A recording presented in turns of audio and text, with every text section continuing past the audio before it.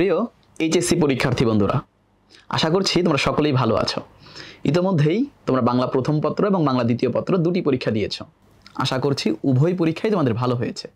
আগামীকাল তোমাদের ইংরেজি প্রথম পত্রের পরীক্ষা। ইংরেজি প্রথম পত্র পরীক্ষা নিয়ে সকলের মাঝে একটু ভয় কাজ করে যে এই পরীক্ষাটা হয়তো খারাপ হয়ে যাবে। তবে ভয় পাওয়ার কিচ্ছু নেই।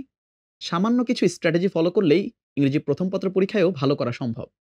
শুরু থেকেই যদি বলি, আমাদের প্রথমে এমসিকিউ থাকে, সেখানে সিনোনিম এবং অ্যান্টোনিম জাতীয় যে প্রশ্নগুলো থাকে সেগুলো একটু সাবধানতার সাথে দাগালেই কিন্তু ৫ এ ৫ মার্কস তোলা সম্ভব।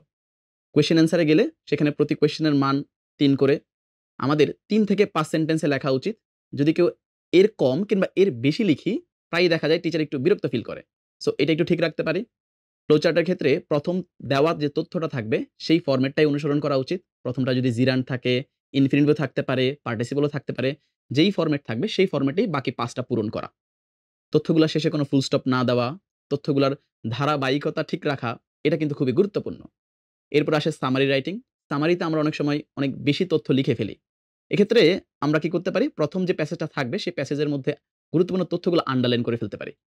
আন্ডারলাইন করে সেগুলাকে আমি নিজের ভাষায় লিখে ফেললেই কিন্তু সহজেই খুব সুন্দরভাবে সামারিটা লেখা যায়। উইথ ক্লুজ, উইথআউট ক্লুজ এবং রিয়ারেঞ্জে ফুল মার্কস তোলা আমাদের ওভারঅল মার্কস কিন্তু অনেক বেশি করে দিবে।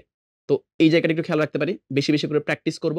ভোকাবুলারি গুলো একটু ঠিক রাখবো। তাহলে কিন্তু এই জায়গাগুলোর মধ্যে মার্কস তোলা সম্ভব হবে। রিটেন পার্টে আসলে সবার আগেই হচ্ছে গিয়ে আমাদের কমপ্লিটিং স্টোরি থাকে। স্টোরির ক্ষেত্রে আমাদের টাইটেলটা দেওয়াটা খুবই গুরুত্বপূর্ণ। একটা সুন্দর টাইটেল কিন্তু টিচারের উপর একটা ভালো ইমপ্রেশন তৈরি করতে পারে। শেষে একটা মোরাল দেওয়া, ক্যারেক্টার গুলোকে ভালোভাবে ডেভেলপ করা, যে সেটিং থাকবে সেটিংটাকে ঠিক রাখা। আমি যদি বলি গল্পের মধ্যে একটা ক্লাইম্যাক্স আনতে পারলে কিন্তু গল্পটা একদম পারফেক্ট হয়ে যায়। লেটার এবং ইমেইলের ক্ষেত্রে আমরা চেষ্টা করব কোয়ালিটিফুল লেখার জন্য। যেমন একটা উদাহরণ যদি দেই, আমাদের congratulating on your friend on his success যদি এটাকে লিখি, আমরা প্রায় এমন করি যে তাকে বলি তুমি জিপিএ 5 পেয়েছো এবং সেটার জন্য তোমাকে কংগ্রাচুলেশনস। কিন্তু আমরা যদি এটাকে এভাবে লিখতাম যে তুমি জিপিএ 5 পেয়েছো, স্কুলের মধ্যে টপ করেছো, আ তুমি কলেজের মধ্যে সকলের নামকে অনেক বেশি সমুন্নত করেছো, তোমার বাবা-মা তোমাকে নিয়ে প্রাউড ফিল করছে। এই জিনিসগুলা কিন্তু লিখতে পারো। তাহলে লিখার কোয়ালিটিটা কিন্তু বৃদ্ধি পাবে। আমরা যদি এরপরে গ্রাফ অ্যান্ড চার্টে যাই, আমরা প্রথমে চিত্রটা আঁকতে পারি।